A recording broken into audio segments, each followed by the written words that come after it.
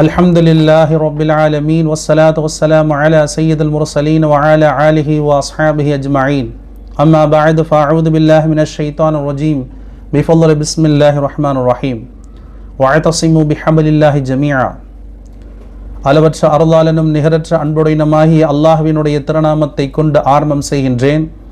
அவனுடைய சலாத் என்னும் கருணையும் சலாம் என்னும் ஈடேற்றமும் ஈருலகத் தலைவர் எம்பெருமானார் முஹம்மது முஸ்தபா ரசூலுல்லாஹி ஸல்லல்லாஹு அலைஹி வஸல்லம் அவர்கள் மீதும் அவர்களுடைய அடிச்சுவடுகளை பின்பற்றி வாழ்ந்த சத்திய உத்தம சஹாபாக்கள் மீதும் தாபிஈன்கள், தபஅ தாபிஈன்கள், அன்பியாக்கள், அவுலியாக்கள், ஷஹதாக்கள், நாதாக்கள், நல்லோர்கள் என நம் அனைவர்கள் மீதும் இன்றும் இனி என்றும் நிலவட்டுமாக.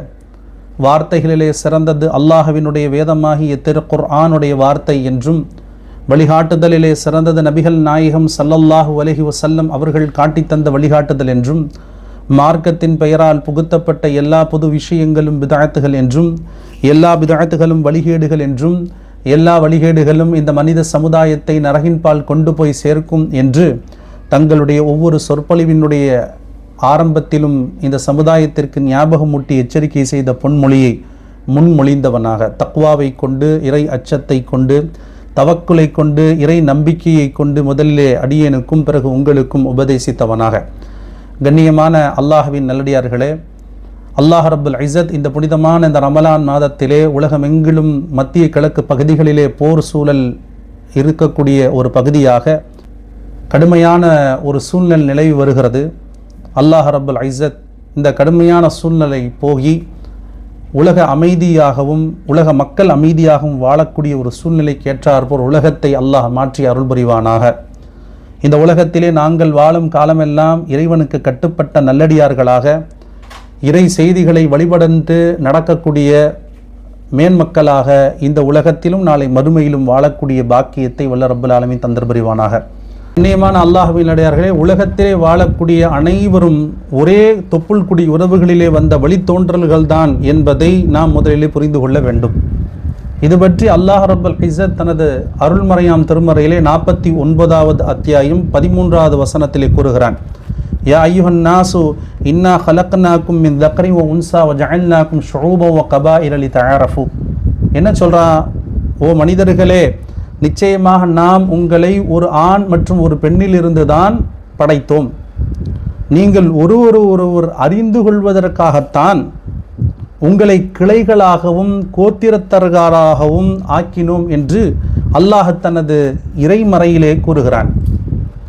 அப்போ உலகத்தில் வாழும் அனைத்து மக்களும் ஒரே தொப்புள் குடி உறவுகளிலே வழித்தோன்றல்களிலே வந்தவர்கள்தான் என்பதை நாம் முதலிலே புரிந்து கொள்ள வேண்டும். நமக்குள்ளே ஒரு கோத்திரம், ஒரு பிரிவு, நமக்குள்ளே ஒரு கிளை இருக்கிறது என்று சொன்னால் அது ஒருவர் அறிந்து கொள்வதற்காகத்தானே தவிர ஒருவர் பிரித்து ஒற்றுமையை குலைத்து பிரிவினையை பாராட்டி பிரிந்து போவதற்காக அல்ல என்பதை நாம் முதலிலே புரிந்து கொள்ள வேண்டும். படைப்பிலே சிறிய பகுத்தறிவு இல்லாத ஒரு எறும்பை அல்லாஹ் திருக்குர்ஆனில் குறிப்பிடுகிறான். ஏன் குறிப்பிடுகிறான் என்று தெரியுமா? குறிப்பிடுவதற்கான காரணம் என்ன தெரியுமா? அந்த எறும்பாகப்பட்டது தன்னுடைய சமுதாயத்தை, தன்னுடைய கோத்திரத்தாரை, தன்னுடைய இனத்திலே யாரும் பாதிக்கப்பட்டுவிடக்கூடாது என்பதற்காகவும் அந்த இனத்தின் மீது கவலைப்பட்டது. அந்த எறும்பாகப்பட்டது தன் இனத்தின் ஒற்றுமைக்காக பாடுபட்டது.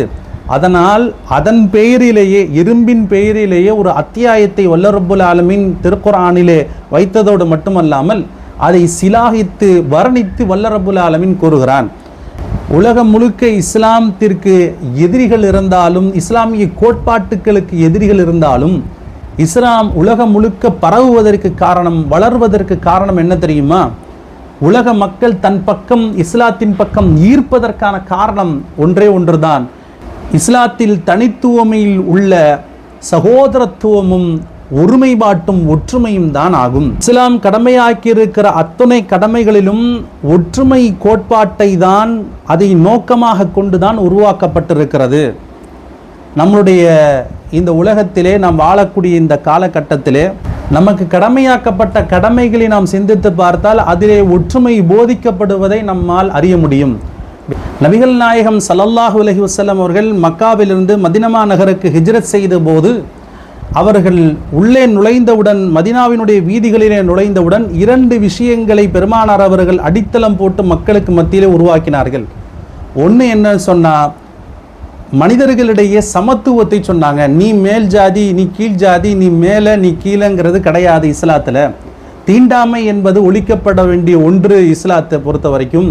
அதனால் சமத்துவத்தை ரசூலுல்லாஹி ஸல்லல்லாஹு அலைஹி வஸல்லம் போதித்தார்கள். இரண்டாவது ஒன்று, பெருமானார் அவர்கள் சமூகங்களிடையே ஒற்றுமையை ஏற்படுத்தினார்கள். அங்கங்கு குலங்களாக, கோத்திரங்களாக, பிரிவுகளாக பிரிந்து கிடந்த அந்த சமுதாயத்துக்கு மத்தியிலே பெருமானார் அவர்கள் நீங்கள் ஒற்றுமையாக இருக்க வேண்டும், இஸ்லாம் என்கின்ற அந்த ஒற்றுமை என்னும் கயிற்றை பற்றி பிடித்து கொள்ள வேண்டும் என்று பெருமானார் அவர்கள் வலியுறுத்துவதோடு மட்டுமல்லாமல் வாழ்ந்தும் காட்டினார்கள் நாயகம் ஸல்லல்லாஹு அலைஹி வஸல்லம் அவர்கள். பரம்பரையாக சண்டையிட்டு கொண்டு வந்த அவுஸ் ஹஸ்ரஜ் கோத்திரத்தார்களை பெருமானார் அவர்கள் ஒற்றுமையை ஏற்படுத்தினார்கள். காலமாக சண்டையிட்டு கொண்டு வந்தவர்கள் எல்லாம் சகோதரர்களாக மாறி கட்டிப்பிடித்து கொண்டார்கள் பெருமானார் ஸல்லல்லாஹு அலைஹி வஸல்லம் அவர்கள் முன்னிலையில். இப்படியான ஒரு சமத்துவத்தையும் ஒரு ஒற்றுமையை பெருமானார் அவர்கள் வரலாற்றினுடைய பொன் வரிகளிலே எழுதப்படக்கூடிய ஒன்று.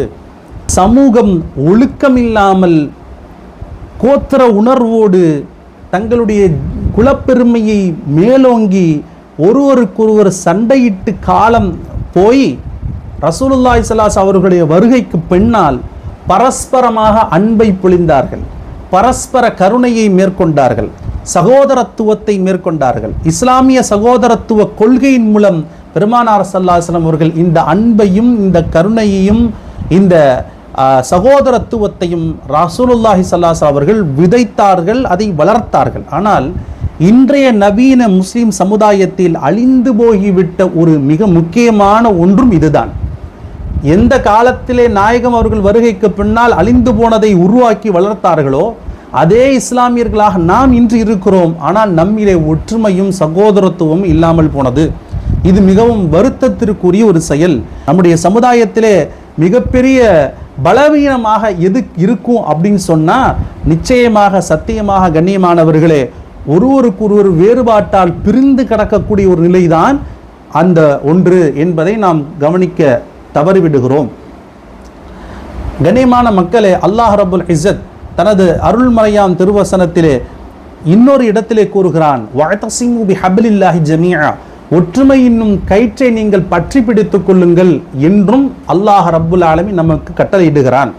இன்னொரு இடத்திலே 8வது அத்தியாயம் 46வது வசனம் இப்படி பேசுகிறது, வஅதீஉல்லாஹ வ ரசூலஹு வலா தனாஸஉ வலா தஃப்ஷலு வதத்ஹபு ரீஹக்கும் வஸ்பிரு இன்னல்லாஹ மஅஸ் ஸாபிரீன், நீங்கள் அல்லாஹ்வுக்கும் அவனுடைய தூதருக்கும் வழிபட்டு உங்களுக்குள் ஒற்றுமையாக இருங்கள், உங்களுக்குள் சண்டையிட்டு கொள்ளாதீர்கள். அவ்வாறு ஒற்றுமை இழந்து நீங்கள் சண்டையிட்டு கொண்டால் நீங்கள் தைரியம் இழந்தவர்களாக, உங்கள் வலிமை குறைந்தவர்களாக நீங்கள் மாற்றப்படுவீர்கள் என்பதாகவும் வல்ல ரப்புல் ஆலமீன் எச்சரிக்கை செய்கிறான். இன்றைக்கு இஸ்லாமிய சமூகத்தை போல பலவீனமான, தைரியம் இல்லாத, வலிமை குறைந்த சமுதாயம் இல்லை அப்படின்ற அளவுக்கு நம் கண்முன்னே நமக்கு தெரிகிறது. அல்லாஹ்வினுடைய இந்த சொல்லுக்கு இதுதான் மிக முக்கியமான காரணம். நமக்குள்ளே ஒற்றுமையின்மை, நம் சமுதாயத்துக்குள்ள, நம் மஹல்லாக்குள்ள, நம்மளுடைய குடும்பங்களுக்குள்ள இந்த ஒற்றுமை இல்லாத தன்மைதான் நாம் பலம் குறைந்து காணப்படுவதற்கு மிக முக்கியமான அடிப்படை காரணியாக நாம் புரிந்து கொள்ள வேண்டும். கண்ணியமானவர்களே, குடும்பத்துக்குள்ள ஒற்றுமை இல்லை, கணவன் ஒரு பக்கம் இருக்கிறாரு, மனைவி ஒரு பக்கம் இருக்கிறாங்க. நம்மளுடைய ரமலான் மாதத்திலே கூட குடும்பங்களுக்குள்ளே ஒற்றுமை இல்லாத தன்மை ஏற்பட்டிருக்கிறது. கண்ணியமானவர்களே, இது அல்லாஹ்வினுடைய உதவியை விட்டும் நமக்கு தடுக்கும். குடும்பத்தில் ஒற்றுமை இல்லைன்னா அல்லாஹ்வினுடைய உதவி கிடைக்காது, அல்லாஹ்வினுடைய அபிவிருத்தி நம் குடும்பத்தில் ஏற்படாது. 3 நாட்களுக்கு மேலே உன்னுடைய சகோதரனிடத்தில் நீ நேரில் பார்த்து சலாம் கூட சொல்லாத நிலையில் நீ மரணித்தால் உன்னுடைய முடிவு கெட்ட முடிவு என்று நமக்கு போதிக்கப்படக்கூடிய ஒரு மார்க்கத்தில் நாம் பிறந்த நாம் ஒற்றுமை இல்லாமல் வருடக்கணக்கிலே, மாதக்கணக்கிலே நம் சகோதர சகோதரிகளோடு மாற்று கலாச்சாரம் உடையவர்களைப் போல 7-8 வருடங்களாக நான் பேசவில்லை என்பதை பெருமையாக சொல்லக்கூடிய அந்த கலாச்சாரத்தை பிறந்தவர்கள் போல நாம் அப்படி இருப்பது இஸ்லாத்திலே இஸ்லாமியர்களாக ஒரு உகந்ததல்ல என்பதை புரிந்து கொள்ள வேண்டும். முஸ்லிம்கள் அன்று பத்ர் களத்திலே ஒருங்கிணைந்து செயல்பட்ட காரணத்தினால் வெற்றிக்கனியை ருசித்தார்கள். எந்த போர்ல? பத்ர் போர்ல.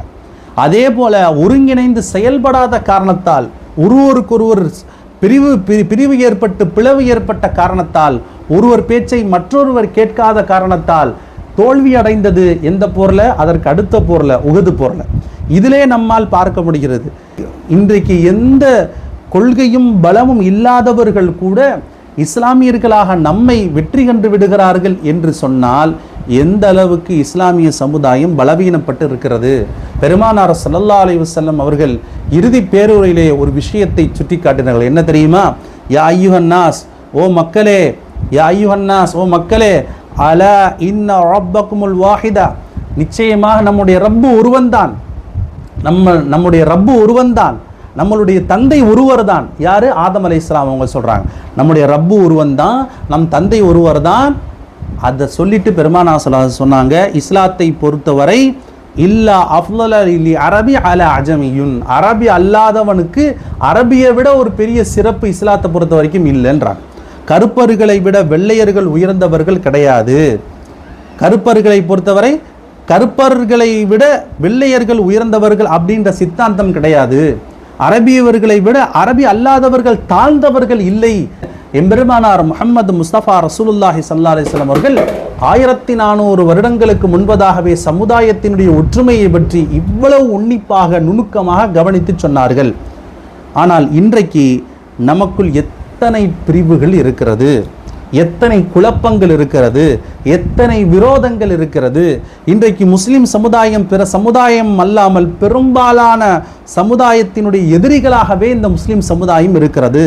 கண்ணியமானவர்களே, இஸ்லாம் குடும்பங்களுக்கு மத்தியிலே, மஹல்லாக்கு மத்தியிலே, சமுதாயத்துக்கு மத்தியிலே, நாடுகளுக்கு மத்தியிலே ஒற்றுமையோடு இருக்க வேண்டும் என்று அறிவுறுத்தி கொண்டே இருக்குது. மட்டுமல்லாமல் பிரிந்து கிடக்கும் நம் சமுதாயத்திற்கு மத்தியிலே ஒற்றுமை ஏற்படுத்துவதற்கான மிக உயர்ந்த காரியம் என்றும் இஸ்லாம் நமக்கு போதிக்கிறது. என்ன சொல்லுது? தொழுகை, நோன்பு, சதக்கா போன்ற இந்த விஷயங்களால் ஏற்படும் அந்தஸ்தை விடவும் உயர்ந்த அந்தஸ்தை பெற்றுத்தரும் ஒரு விஷயத்தை நான் உங்களுக்கு சொல்லட்டுமா என்ற நாயகம் அவர்கள், ஆம் சொல்லுங்கள் யா ரசூலல்லாஹ் என்று சொன்னபோது நாயகம் ஸல்லல்லாஹு அலைஹி வஸல்லம் அவங்க சொன்னாங்க, 2 பேருக்கு மத்தியிலே சமாதானத்தை ஏற்படுத்துவது இந்த செயல்களை, இந்த அமல்களை விடெல்லாம் உங்களுக்கு அந்தஸ்தை உயர்த்தி காட்டும், உயர்த்தி தரும் அல்லாஹ்விடத்திலே என்று சொல்லி பெருமானார் ஸல்லல்லாஹு அலைஹி வஸல்லம் அவர்கள் சொல்லக்கூடிய ஹதீஸை அஹ்மதிலே பதிவு செய்யப்பட்டிருக்கிறார்கள் ஹதீஸ்களை வல்லுநர்கள். கண்ணியமானவர்களே, மற்றொரு இடத்துல மிக சிறந்த வியாபாரத்தை உங்களுக்கு சொல்லட்டுமா என்று கேட்ட மாநபி ஸல்லல்லாஹு அலைஹி வஸல்லம் அவர்கள் சொல்லிவிட்டு சொன்னார்கள், குழப்பம், சண்டையிட்டு மக்களுக்கு மத்தியிலே பிரிவினை கிடக்கக்கூடிய ஒரு சமுதாயத்துக்கு மத்தியிலே ஒற்றுமைக்காக பாடுபடுவது அப்படின்னு சொன்னாங்க. அதுதான் நீங்க சம்பாதிக்கக்கூடிய சம்பாத்தியத்திலே சிறந்த வியாபாரம்னு சொன்னாங்க. சண்டையிட்டு கிடக்கக்கூடிய 2 பேருக்கு மத்தியிலே நெருக்கத்தை ஏற்படுத்துவது அல்லாஹ்வுக்கு பிடித்தமான செயல் என்று சொன்னார்கள். அது அல்லாஹ்விடத்தில் உங்களுடைய அந்தஸ்தை உயர்த்தும் என்று சொன்னார்கள் ரசூலுல்லாஹி ஸல்லல்லாஹு அலைஹி வஸல்லம் அவர்கள். அதே போல ஒற்றுமையாக இருக்கக்கூடிய சமயத்திலே 2 பேருக்கு மத்தியிலே பிரிவினை ஏற்படுத்த முனைபவர்களும் இஸ்லாம் வன்மையாக கண்டிக்கிறது. ஒரு சமுதாயத்திலே குழப்பம் விளைவிப்பது என்பது அல் ஃபித்னத்து அஷத்து மினல் கத்ல், கொலைக்கு நிகரான குற்றம், கொலையை விட கொடுமையான குற்றம் என்பது போல குர்ஆன் சிலாகித்து பேசுகிறது. அதாவது நான் ஒற்றுமையாக பற்றி பேசுகிறீங்க ரைட்டு, இங்கே யாரும் சரியில்லை, அதனால் நான் பிரிஞ்சு தான் கிடப்பேன்னு சொல்லக்கூடிய மேன்மக்களுக்கு, அப்படி தனிமையில் இருக்கக்கூடியவங்களுக்கு அல்லாஹ் ரப்புல் இஸ்ஸத் திருமறையில் சொல்லக்கூடிய மிக கடுமையான எச்சரிக்கை என்ன தெரியுமா? ஒமை யுஷாகிர் ரசூல மின் பஅதி மா தபய்யன லஹுல் ஹுதா, நேரான வழி இன்னது என்று தனக்கு தெளிவாக தெரிந்த பின்னரும் அல்லாஹ்வின் இறை தூதரை விட்டு பிரிந்து முஃமின்கள் செல்லாத வழியின் பக்கம் செல்பவனை நாம் அவன் செல்லும் தவறான வழியிலேயே செல்லவிட்டு பின்னர் நரகத்தின் நுழையச் செய்திடுவோம் என்று அல்லாஹ் கடுமையான முறையினுடைய வார்த்தைகளால் எச்சரிக்கின்றான். அதுவே சென்றடையும் இடத்தில் மிக கெட்டதாகவும் என்பதாகவும் அல்லாஹ் ரப்புல் இஸ்ஸத் தனது அருள்மறையான் திருமறையிலே கூறுகிறான். இறை தூதர் ஸல்லல்லாஹு அலைஹி வஸல்லம் அவர்களும் சொன்னார்கள், கீழ்ப்படிதலிலிருந்து விலகி இந்த உம்மத்திலிருந்து வேறொரு பாதைக்கு செல்லக்கூடியவன் தனிமையிலே போய் இஸ்லாம் அல்லாத ஒரு நிலையிலேயே அவன் இறந்தவன் போலாவான். தனிமையில போறவன் இஸ்லாம் அல்லாத நிலையிலேயே அவன் இறந்தவன் போலாவான் என்று ரசூலுல்லாஹி ஸல்லல்லாஹு அலைஹி வஸல்லம் அவர்கள் சொன்னார்கள். கண்ணியமானவர்களே, இன்றைக்கு உலக நாடுகளில் நடைபெறக்கூடிய யுத்தங்கள், கடுமையான யுத்தங்கள், கடுமையான பாதிப்புக்கு உலக நாடுகள், உலகத்தில் வேறொரு மூலையில யுத்தம் நடந்தாலும் பாதிக்கப்படுறது என்னவோ நம்ம நாட்டில் இதோ ஒரு தெருவில் ஒரு முக்கில் இருக்கக்கூடிய ஒரு முஸ்லீம்கள் அல்லது முஸ்லீம் அல்லாத நம்மளுடைய மக்கள் தான் பாதிக்கப்படுறாங்க. எங்கோ ஒரு நாட்டில் ஏதோ ஒரு சூழல்ல யுத்தம் நடக்குது, அந்த மக்கள் தானே பாதிப்பு. நமக்கு என்ன பாதிப்புன்னா, இன்னைக்கு கேஸ் வராமல், நாளைக்கு பெட்ரோல் இல்லாமல், டீசல் இல்லாமல் போக முடியாமல், விலைவாசி ஜாஸ்தியான ஒரு நிலையில் உலகம் முழுக்க மத்திய கிழக்கு நாடுகளில் மிகப்பெரிய ஒரு ரணகலத்தை ஏற்பட்டிருக்கிறது கூடிய இந்த சூழ்நிலையில் உலக நாடுகளுடைய ஒற்றுமைக்காக நாம் துவா செய்ய கடமைப்பட்டிருக்கிறோம். குறிப்பாக இந்த ரமலானுடைய நாட்களில், குறிப்பாக ரமலானுடைய நோன்பு திறக்கக்கூடிய நாட்களில், குறிப்பாக ஒற்றைப்படை இரவுகளிலே உலக ஒற்றுமைக்காக மன நிம்மதியாக உலக மக்கள் வாழ வேண்டும் என்பதற்காக நாம் துவா செய்ய கடமைப்பட்டிருக்கிறோம். கண்ணியமானவர் அல்லாஹ்வின் அடியார்களே, அதே நேரத்திலே அநியாயம் எது நமக்கு நம்முடைய பார்வைக்கு அப்படின்றத நாம் அறியக்கூடிய இடத்துல இருக்கிறோம். அதை அறிந்து அந்த அநியாயக்காரர்களுக்கு எதிராகவும் துவா செய்ய கடமைப்பட்டிருக்கிறோம். அப்போதுதான் அந்த அநியாயத்திலே நாம் பாதிக்கப்படக்கூடியவர்களாக நாம் ஆக மாட்டோம். என்ன அநியாயம் நடக்குது? கட்டாயமாக ஈரான் என்கின்ற ஒரு நாட்டை தன்னுடைய கைவசமோ அல்லது தனக்கு தோதுவான அடிமைத்தனத்திற்கு எதிர்பார்த்தோ மிகப்பெரிய வல்லரசு நாடாக இருக்கக்கூடிய அமெரிக்கா போன்ற ஏகாதிபத்திய ஜெர்மனிசம் கொண்ட அந்த நாடுகள் தாக்கி அதை அடிமைப்படுத்த முயற்சிக்கிறார்கள். இது அப்பட்டமாக நமக்கு தெரிகிறது, கண்டிப்பா இல்லையா? அப்போ இந்த நாட்டு மக்களுக்காக, அந்த ஈரான் நாட்டு மக்களுக்காக நாம் துஆ செய்ய வேண்டும். இந்த சமயத்தில் அவங்க ஷியாக்கள், அவங்க பிரிவினைவாதிகள், அவங்க சஹாபாக்களை திட்டினாங்க, இந்த மாதிரியான கொள்கை ரீதியான சண்டைகள். கண்ணியமான அல்லாஹ்வின் அடியார்களே, ரசூலுல்லாஹி ஸல்லல்லாஹு அலைஹி வஸல்லம் சொன்னாங்க, என்னுடைய இறுதி காலகட்டத்தில் என்னுடைய இஸ்லாத்தில் இருக்கக்கூடியவங்களில் 72 பிரிவுகள் பிரிவார்கள், அதில் ஒரு பிரிவு மட்டும் தான் சொர்க்கத்துக்கு போவான்னு சொன்னாங்க. நான் சொன்னாங்க இல்லையா? ஆனால் இப்படி சொன்ன ரசூலுல்லாஹி ஸல்லல்லாஹு அலைஹி வஸல்லம் அவர்கள் இறை நிராகரிப்பாளர்கள் என்றோ, அவர்கள் என்ன செய்யல, அவர்கள் இந்த உலகத்திலே காஃபிர்கள் என்றோவும் சொல்லல பெருமானார் அவர்கள். அப்போ நமக்கும் அவர்களுக்கும் ஷியாக்களுக்கும் சுன்னிகளுக்கும் கொள்கை ரீதியான கோட்பாடு ரீதியான பிரிவுகளே தவிர மற்றபடி அவர்களும் நம் சகோதரர்கள் தான். லா இலாஹ இல்லல்லாஹ் அப்படின்ற அந்த வார்த்தையை அவர்கள் மொழிகிறார்கள். முஹம்மது ரசூலுல்லாஹி ஸல்லல்லாஹு அலைஹி வஸல்லம் அவர்களையும் ஏற்றுக்கொள்கிறார்கள். ஆனால் அதில் ஒரு சிறிய குழப்பத்தோடு ஏற்பட்டார். அப்போ கொள்கை சண்டைகள் என்பது வேறு. இந்த கொள்கை சண்டைகளை பார்த்து எதிரி நம்மை தாக்குவதில்லை. அவன் முஸ்லீமான் தான் பார்க்குறான், அவன் இவன் துலுக்கனா என்பதாகத்தான் அவன் பார்க்கிறானே ஒழிய அவன் என்ன செய்யல, இவன் ஈரான், இவன் சவுதி, இவன் இந்தியா, இவன் அவன் என்று அப்படி பார்க்கிறது கிடையாது. அதனால இஸ்லாமியர்களாக இருக்கக்கூடிய ஒரு கொடி ஒரு தாய் மக்கள் என்று அடிப்படையிலே ஒற்றுமைக்காகத்தான் நாம் துஆ செய்ய வேண்டும், நாம் பாடுபட வேண்டும். அந்த கருத்தோடு நாம் ஒன்றிணைய வேண்டும்.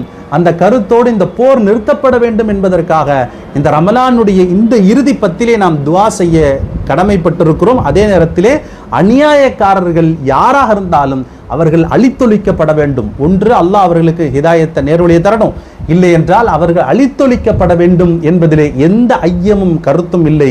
அல்லாஹ் ரப்புல் இஸ்ஸத் உலகமெங்கிலும் நடக்கக்கூடிய இந்த போரிலே அல்லாஹ் ரப்புல் இஸ்ஸத் நம்மை எந்த வகையிலும் பாதிக்காதவாறு இந்த போரை உடனடியாக நிறுத்துவதற்கான சூழ்நிலையை அல்லாஹ் ஏற்படுத்துவானாக.